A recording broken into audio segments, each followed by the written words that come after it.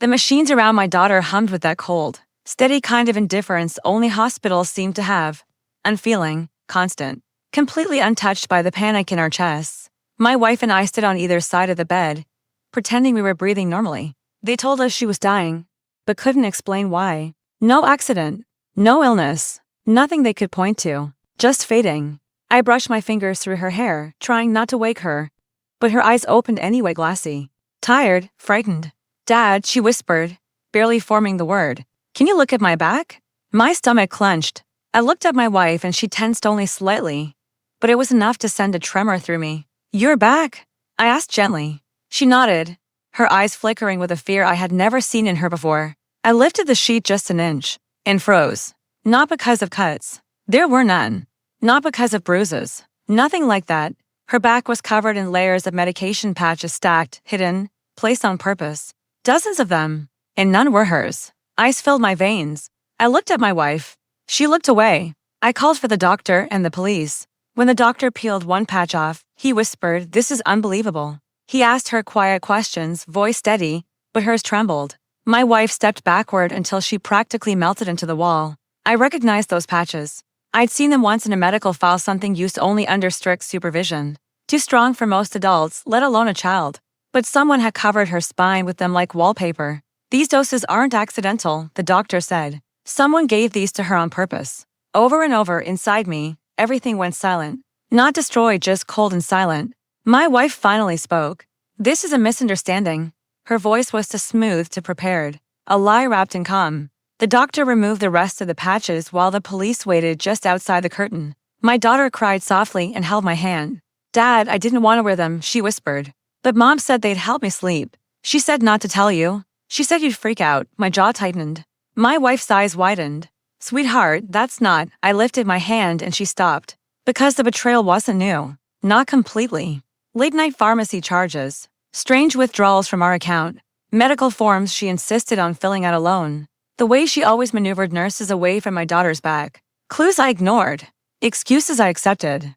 A picture I didn't want to see, now sharp enough to cut. I didn't confront her, not yet.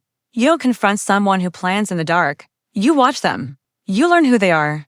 While doctors worked to stabilize my daughter, I stepped into the hallway. My wife followed, but I didn't look at her. I pulled out my phone and checked pharmacy records, tracing every suspicious purchase from the past year. That same drug showed up again and again, bought in cash, small amounts, steady, intentional. I checked bank statements. A second account in her name, hidden, fed by grocery withdrawals. Then her messages threads with an unknown number, deleted texts partially recovered from backups.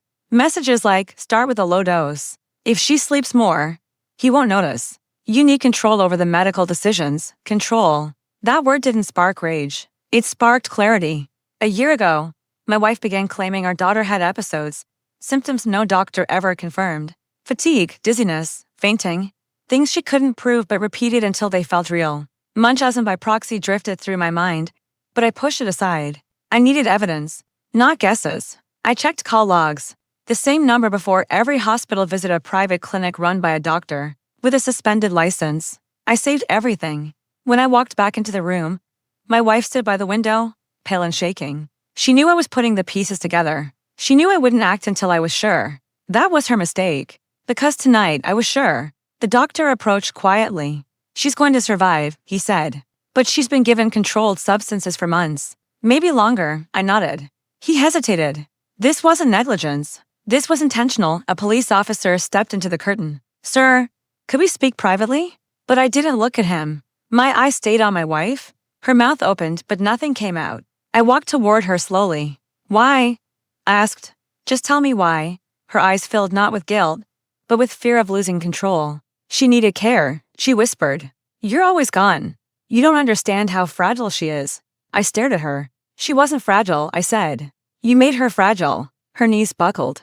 I handed the officer my phone, the folder of evidence already open, bank records, messages, call logs, everything she thought she kept hidden. The officer read silently, his jaw tightening. My wife whispered, "Please, please don't do this." But the truth was already crushing her. The police asked her to step outside. She didn't fight, didn't scream. She just folded into herself like the truth had drained the strength from her bones. As they guided her into the hallway, she turned toward me, desperate. "You don't know what it was like," she said. I was scared. I needed her close. I needed her to rely on me. I stepped close enough for her to hear the cold in my voice. You didn't love her, I said. You loved control. She trembled, tears slipping down her cheeks. And you almost killed her to keep it. The officers waited. I pulled a document from my bag, the emergency custody petition I filed the moment I saw those patches. Her face crumpled. You planned this, she whispered. No, I said. You planned this. I just finished it. She reached for me. I stepped back. The officers led her away, her sobs echoing down the hall. Not apologies, not explanations, just fear. Fear of losing the power she'd worshipped more than her own child. And I took that power from her without even raising my voice.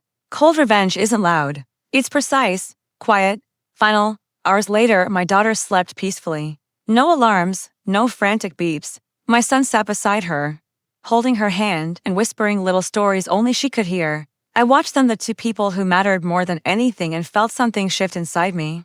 Not anger, not sorrow, a calm clarity shaped by betrayal. My wife never wanted a family. She wanted devotion, dependence, control. And when she couldn't control me, she turned to the one person more vulnerable. But not anymore. I sat beside my daughter, brushed her hair gently, and whispered, "You're safe now." I promised. My hands didn't shake. My voice didn't crack. I felt steady, cold where I needed to be, warm only where my children sat. The world didn't fall apart tonight. It realigned. Truth can do that.